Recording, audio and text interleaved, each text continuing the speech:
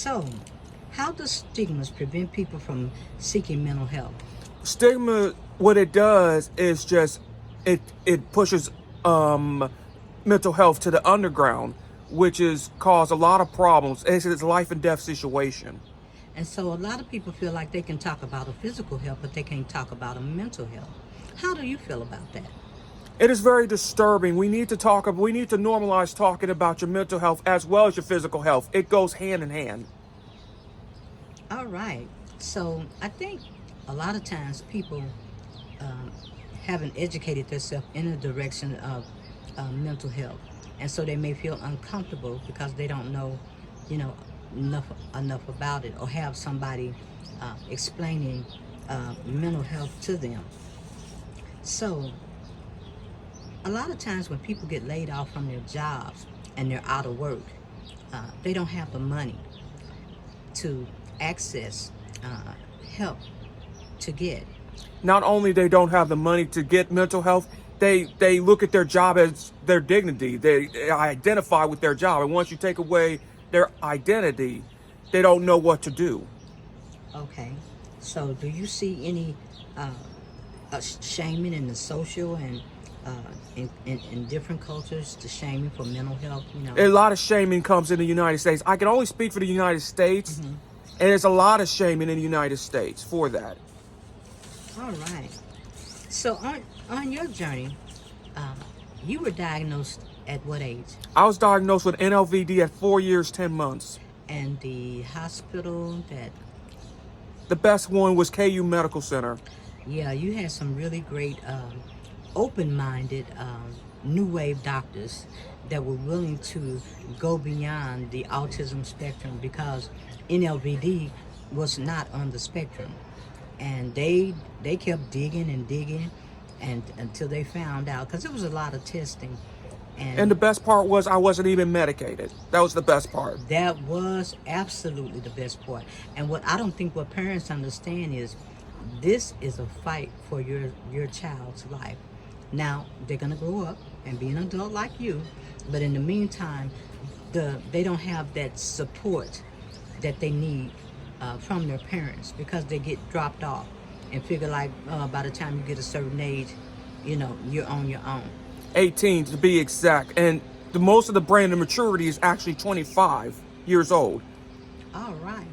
Well, I can say for that, it's a lot of people that ain't mature even at my age. So that's a walk. So in talking to the doctors at KU, what did you learn about your particular diagnosis? Tell us about it. What I learned is the things what I could do and what I couldn't do. And it was like a relief that I found that I had that NLVD. That was like the first relief. Now I was working on how to get better and living and coping with NLVD. Like, for instance, I couldn't tie my shoe until I was 11. I couldn't even speak till I was 7 years old, which was really horrible because I could never tell mom I love you. So I had to use the woody, woody, woody sound. That was before Vondell. Okay. But still in all, we could read your body language, and we always knew that you loved us. So when the words did come out, oh my God, they did. they did. They have not stopped coming, I can tell you that. Yeah. So, in any diagnosis, what it shows you is that even if you can't do something, you can learn a new way to do it, and you can learn to work around it. Work around it and solving problems just like an entrepreneur did. Right. It's when COVID came, what happened to the people? It felt like everybody probably had NLVD because they had to all what? They all had to change like I had to do. Right. It was like what they call NLVD plus. What's NLVD plus? When you have the ability and the skills to do something and you just don't, you just throw it away, that's a real insult to NLVD. I was born with it.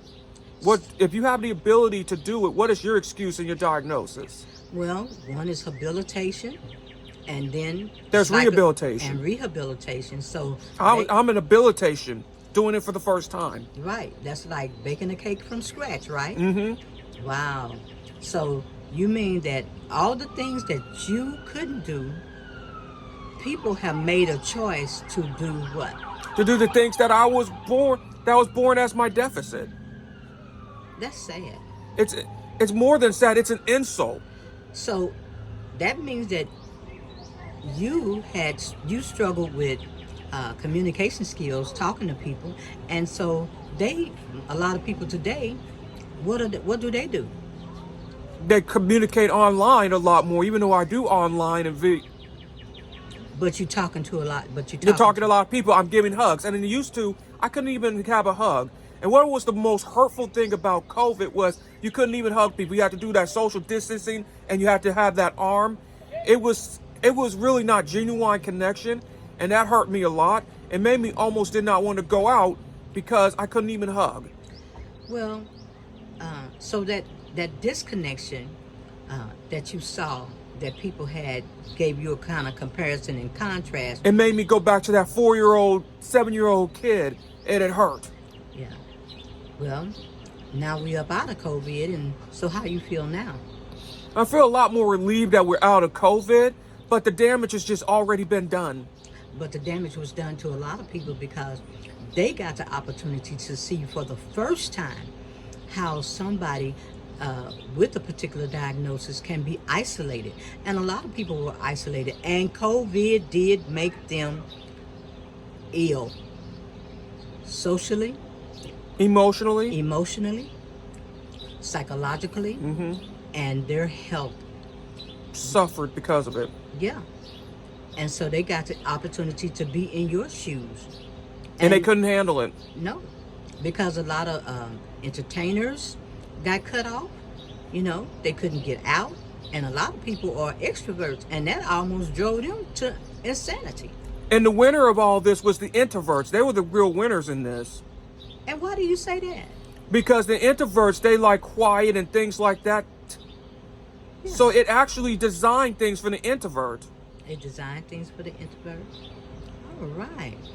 And so, for all the steps that you've taken in your life, what do you want to share today with people that have or are afraid to talk about their mental health or brain health? It is your duty. Not only it is your duty that you speak out about mental health. It is irresponsible if you're not sharing, because when you don't share, if you're sharing, you're saving a person's life. If you're not sharing, you're sentencing them to their death.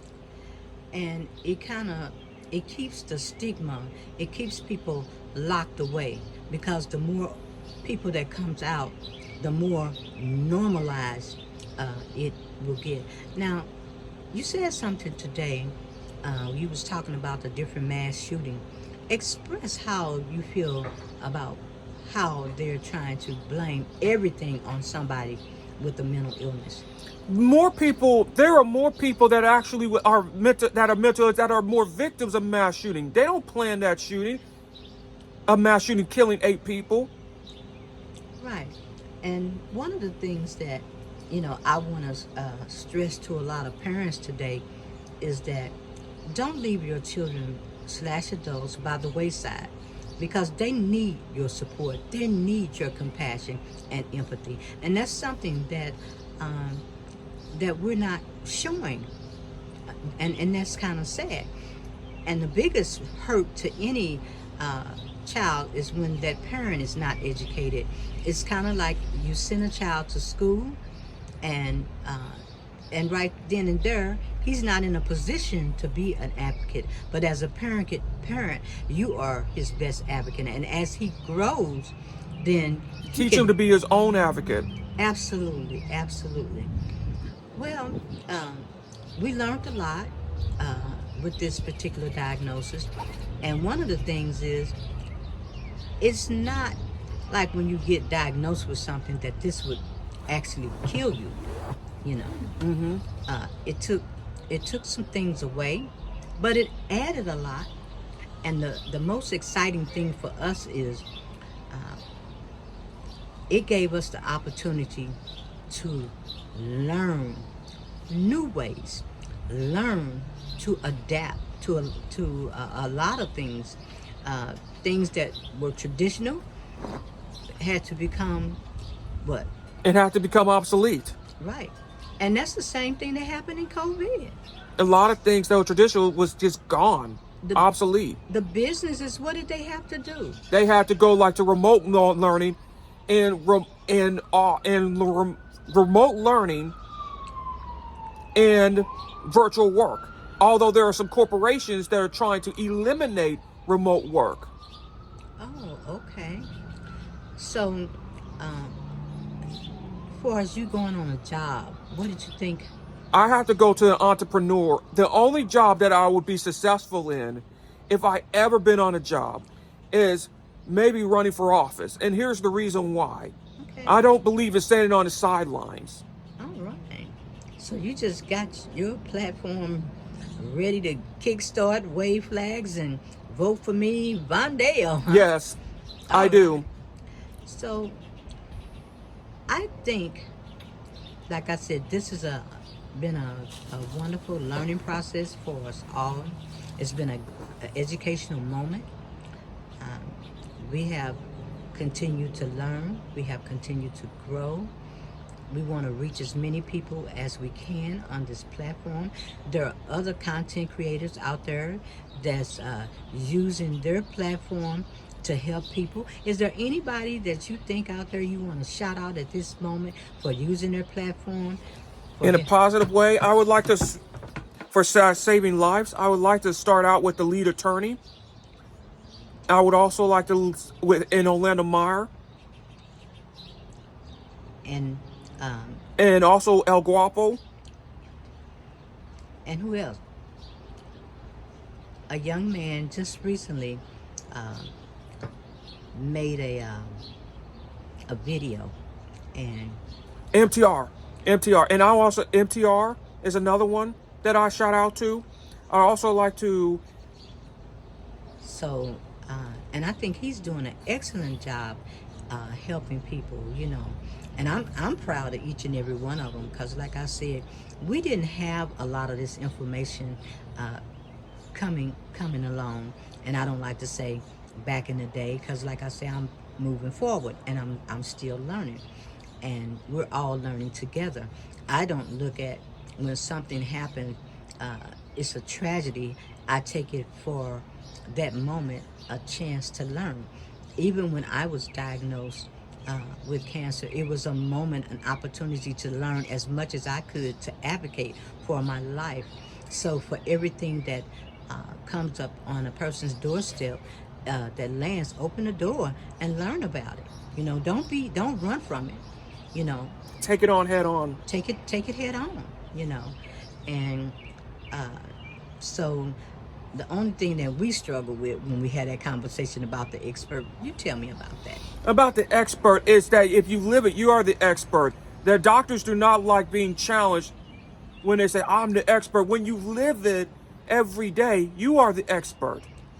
And doctors' Hippocratic oath is, do no harm, but they actually did a lot of harm. All right. So, this went really well, because like I say, you're Mr. Talkathon now. We're switching back over to your learning style. Like I said, I'm really proud because you made a lot of videos, and I know it was could be stressful because you really you really don't read, and people didn't understand when I'm more auditory verbal. Who else that's auditory verbal and Ariel? They said they gave him a hard time because he said he didn't have to read. Kanye West. Well, they just didn't understand Kanye's learning style, did they? No, they didn't. And you know what the problem with that is? Is that because when the educational system has a system of one size fit all, and our children didn't go in and learn the different learning styles. There are 7 or 8, probably more now, because everybody has a different learning style, but they just say, well, you're in this school and you're gonna learn this way and that's it, and like I said, I think you really did good as going in, making the videos and trying to do the scripts and reading, because this was the first time that you had really read like that, you know, on your videos. That was hard.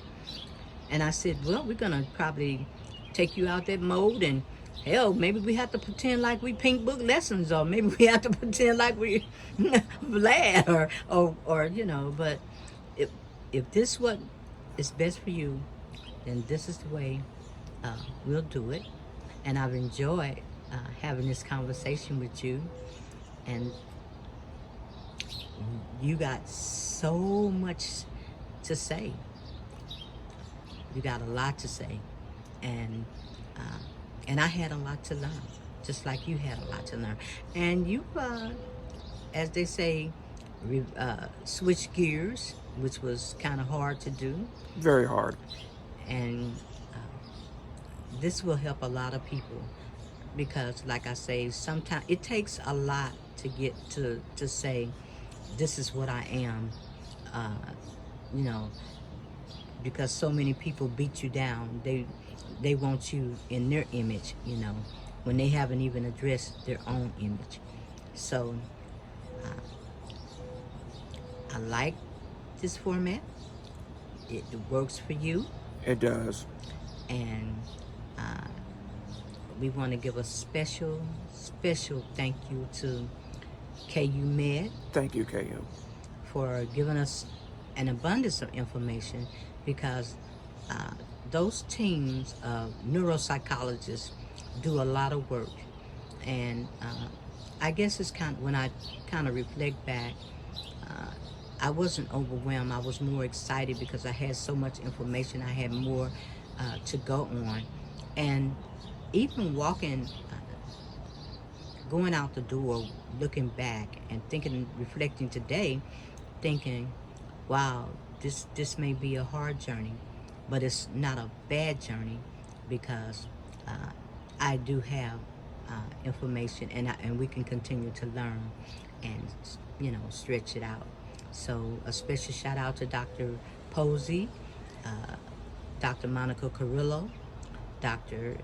William Stiers. Dr. William Stiers at the time was the chief. And now he's at Johns Hopkins. Is he? Yep. Oh, okay. And Dr. Was it Renard? Dr. Jerry Renard. Jerry Renard. And Dr. Steve Colson, Dr. Richmond. Yeah. Ooh, we had an exceptional team of doctors. And this is a great achievement for us today. A great achievement. Ooh, 4 years, 10 months to now. Oh, wow. So, on that note, we're through trending for the day. Yep. And if you like this video, you do what? If you love this video, subscribe. Like and subscribe this video. Because this will be saving lives. all right. So we're out. In peace.